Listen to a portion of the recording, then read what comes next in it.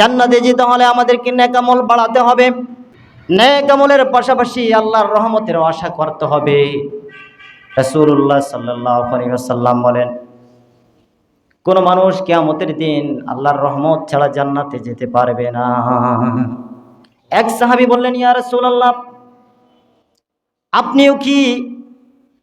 রাসূল বললেন, হ্যাঁ আমিও আল্লাহর রহমত না পেলে জান্নাতে যেতে পারবো না, কিন্তু আল্লাহ রব্বুল আলামিন যতক্ষণ পর্যন্ত আমাকে রহমতের চাদরে আবৃত না করবে। সুবহানাল্লাহ। তার মানে কি? তার মানে হচ্ছে আল্লাহ তাআলা আল্লাহ রাসূলকে যখনই রহমতের চাদরে আবৃত করবেন, ঠিক তখন থেকে আল্লাহ রাসূল সাল্লাল্লাহু আলাইহি ওয়াসাল্লাম এ থেকে নিষ্কৃতি পেয়ে যাবে। সুবহানাল্লাহ। অনেক মানুষ নেকামল করে, কিন্তু নেকামল করতে করতে এত বেশি নেকামল করবে, সেটা নিয়ে গর্ববোধ করবে, তার নেকামল নিয়ে সে গর্ববোধ করবে। কিন্তু কিয়ামতের দিন আল্লাহ রাব্বুল আলামিন তার এই গর্বের পাশাপাশি, নেক আমলের পাশাপাশি দুনিয়াতে যে সে ভোগ করেছিল আল্লাহর কত নেয়ামত, সে নেয়ামতগুলো আল্লাহ তাআলা আমাদের নেক আমলের পাশে রেখে দেবেন। একদিকে আমাদের নেয়ামত থাকবে, একদিকে আমাদের নেক আমল থাকবে। আল্লাহ রাব্বুল আলামিনের হাবিব সাল্লাল্লাহু আলাইহি ওয়াসাল্লাম বলেন, আল্লাহ দুনিয়াতে যত নেক আমল দিয়েছেন, যত নেয়ামত আমাদেরকে দিয়েছেন, এই সমস্ত নেয়ামতের পাশাপাশি যদি আমরা নেক আমলগুলো হিসাব করতে থাকি, নেক আমল শেষ হয়ে যাবে, কিন্তু আল্লাহর নেয়ামতের হিসাব দেয়া তখনও বাকি থাকবে। সুবহানাল্লাহ। আমাদের নেক আমল শেষ, কিন্তু তখনও আল্লাহর নেয়ামতের হিসাব দেওয়া বাকি থাকবে। কত নেয়ামত আমরা আল্লাহ তাআলার দুনিয়ার মধ্যে ভোগ করতেছি। এই কারণে আল্লাহ রাসূল বললেন যে রহমত ছাড়া কেউ জান্নাতে যেতে পারবে না। শুধু নেক আমল যথেষ্ট নয়, আল্লাহর রহমতও দরকার আছে না নাই? আল্লাহর রহমতের দরকার আছে। যখন আমরা কোনো নেক আমল করব অথবা নেক আমলের নিয়ত করব, আল্লাহ রাব্বুল আলামিন আমাদেরকে সওয়াব দান করবেন। যখন আমরা কোনো খারাপ আমলের নিয়ত করি, তখন আমাদেরকে কোনো গুনাহ দেওয়া হয় না। যখন গুনাহটা সংগঠিত হয়, তখন একটি বদ আমল আমাদের আমলনামায় লেখা হয়। কিন্তু যখন আমরা কোনো ভালো কাজের নিয়ত করি, তখন ফেরেশতাকে বলা হয় ভালো কাজের নিয়ত করেছে, তার আমলনামায় একটা নেকি লিখে দে। সুবহানাল্লাহ। ভালো কাজের নিয়ত করেছে, নেকি লিখে দাও।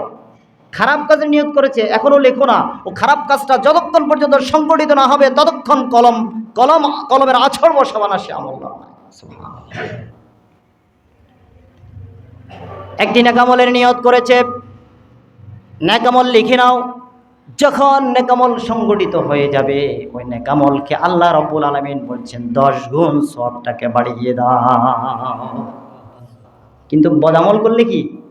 একটার পরিবর্তে একটার পরিবর্তে কি? একটা। আর সওয়াবের কাজ করবেন, ভালো কাজ করবেন, নেকের কাজ করবেন, একে 10, একে কি? আসুন আমরা হাদিস থেকে শুনি।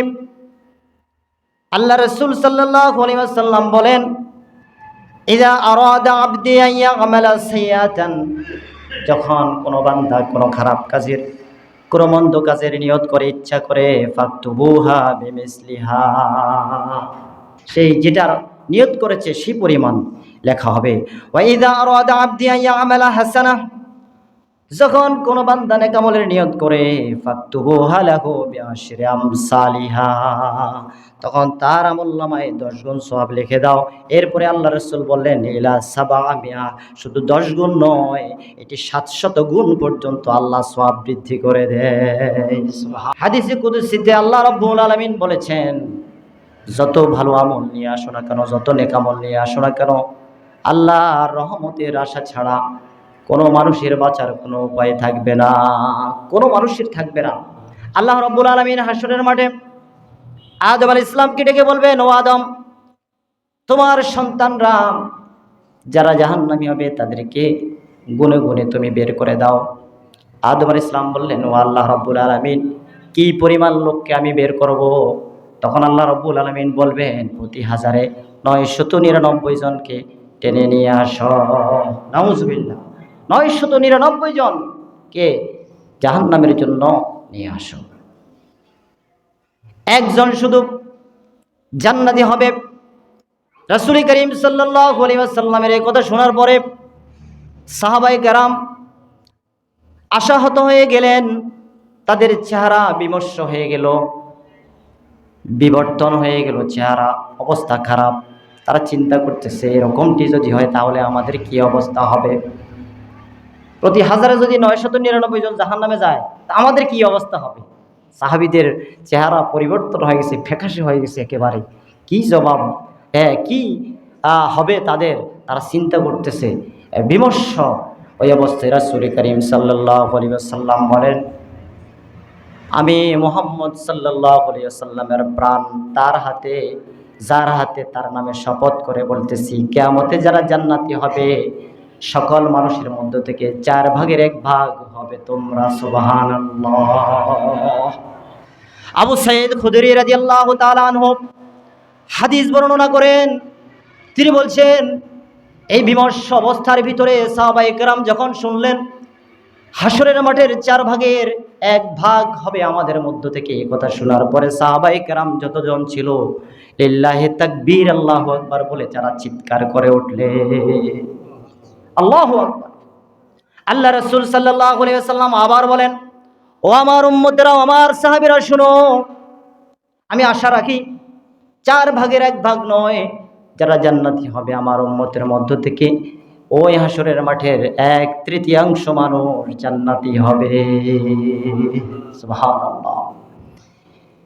সাহাবীরা আবার তাকবীর ধ্বনি দিয়ে উঠলেন, আল্লাহু আকবার বলে চিৎকার করে উঠলেন।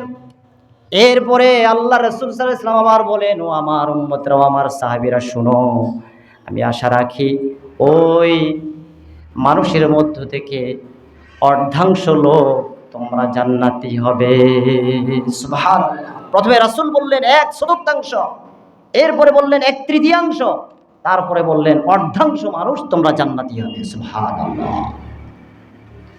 আল্লাহ রাসূল সাল্লাল্লাহু আলাইহি ওয়াসাল্লামের সাহাবীরা তাকবীর ধ্বনি দিলেন। সেই দিন আল্লাহ রাসূল সাল্লাল্লাহু আলাইহি ওয়াসাল্লামের এই কথা শুনে কত খুশি হলেন সাহাবীরা। আল্লাহ তাআলা কোনো বান্দার প্রতি জুলুম করবেন না। আল্লাহর রহমতের চাদরে যারাই আবৃত হয়ে যাবে তারাই এর থেকে মুক্তি পাবে, অন্য কেউ নয়। এই রমজান মাস প্রথম আমাদের শুরু হচ্ছে রহমত দিয়ে। কি দিয়ে? কি দিয়ে শুরু? রহমত দিয়ে শুরু।